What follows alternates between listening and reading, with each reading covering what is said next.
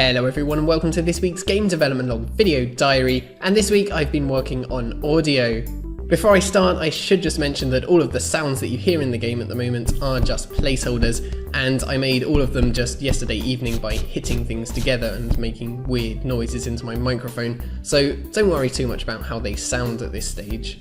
So the first type of sound that I worked on in my audio system was system sounds, and these are just the simplest type of sound effects which can be played when some sort of action happens in the game. So for example, I've added a button mouse over sound, and in the game there's now a sound effect for when you place an object, and I've made a few different sound effects for the different objects.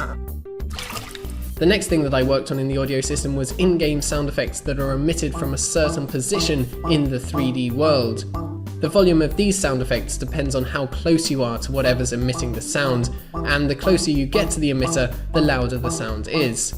The only example that I have of this so far is the noise that the sheep make every time that they jump up and down, but I'm sure that I'll find many more uses for this once I start implementing the gameplay features.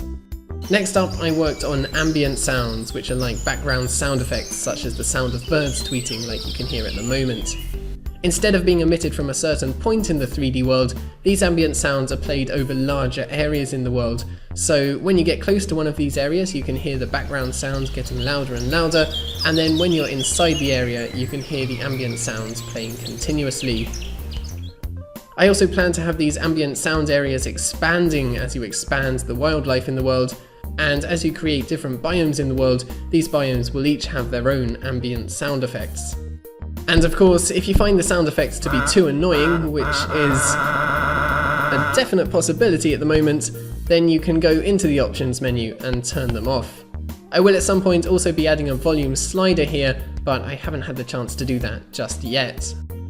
Finally, I worked on a simple background music system which allows me to create playlists of music tracks which will then be played on loop in a random order in the background. So if I turn on the music settings in the options menu here, you can hear an example of some background music in the game, and this particular piece of music was actually created and sent in by Jamal Green, so a big thank you to him for that. So that is it for another week, and seeing as it's the start of a new month, I need to give a special shout out to the top Patreon supporters from last month, and this time they were Justin, Crazy Rusky, Jerry Bradshaw, Crazy Red, Dan A and Danny D. Next week I'm going to be working on resource management and loading and saving world files, and then after that I will finally be able to get stuck into the gameplay side of things.